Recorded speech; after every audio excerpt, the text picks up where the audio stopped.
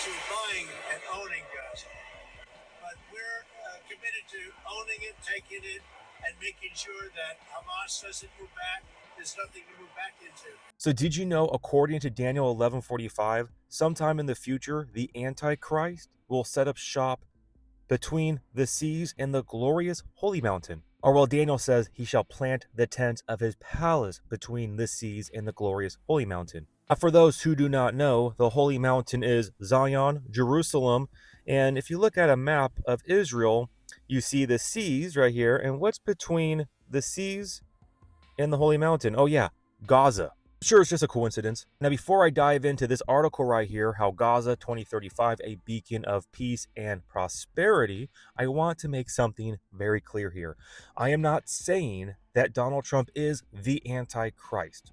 Please understand that. Now, I will say the typologies and the foreshadowing is clearly there. And for people who cannot at least admit that, shows that they are disingenuous, that they are completely blinded by idolatry to not at least point out the typology. He is checking off box after box of what the Antichrist will do or will look like. But I still hold to the belief that the Antichrist will be part Nephilim and whatnot with what's going to come in the future with artificial intelligence. But again, just wanted to make that clear here. But I still need to point out some weird things. So, okay, this article, a beacon of peace and prosperity, which clearly makes me think of 1 Thessalonians chapter 5, verse 3, for when they say peace and safety, then sudden destruction comes upon them as labor pains upon a pregnant woman, and they shall not escape. Now let's go back to this article, where we can see this hypothetical plan where they want to implement Donald Trump Square.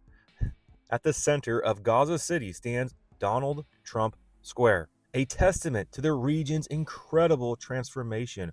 Once a war-torn space, it is now a thriving public gathering place where residents and visitors come together for some of the city's biggest weekly events. Well, doesn't that sound lovely? Now, later down in the article is where I really want to highlight this, okay? So, by 2035, Gaza's economy has become one of the fastest growing in the region, powered by technology. Please understand where I'm going with this. As we can see down here, the city's tech sector has flourished, with Gaza's Silicon Valley hosting startups focused on artificial intelligence, renewable energy, and biotechnology. Now remember, the same guy who wants to rebuild Gaza is also the same guy who is pushing for freedom cities, and how freedom cities could transform U.S. innovation. And you can see down here the idea which Donald Trump supports. While he's also the same guy who wants to make America the crypto capital of the planet, and how he is also the same one who is implementing Project Stargate, which is all about AI data centers. Because clearly Trump 2.0 is all about AI and data centers. We can't forget how he has mentioned the idea of collecting biometric data on people.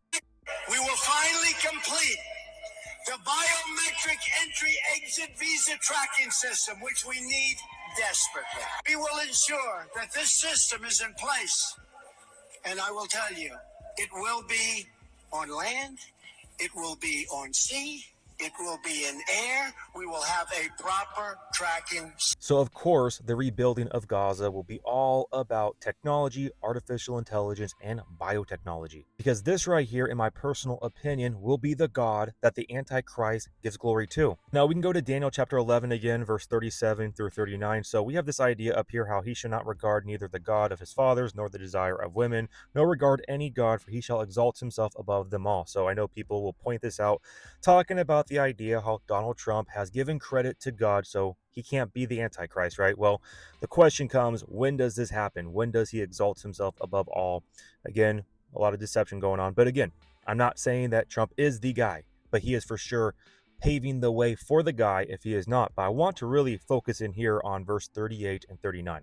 But in their place, he shall honor a God of fortresses, okay? Remember this idea of fortresses. And a God which his fathers did not know. No idea who this God was.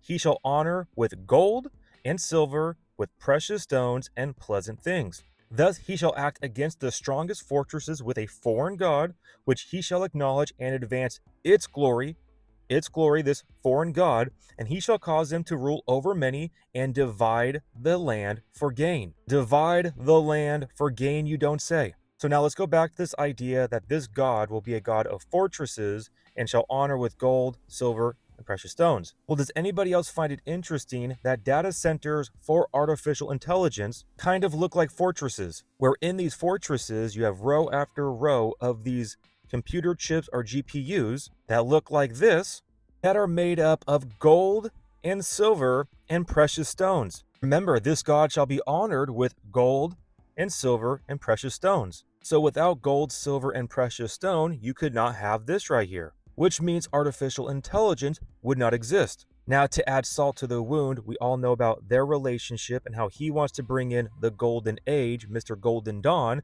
and how he wants to usher in the Novus Ordo Secularum. How this guy purchased Twitter for the sole purpose of constructing his artificial intelligence XAI Grok, where he is calling this platform the collective consciousness of humanity. And not to mention how he is the same guy who said that the new God will come out of his supercomputer in Memphis, Tennessee.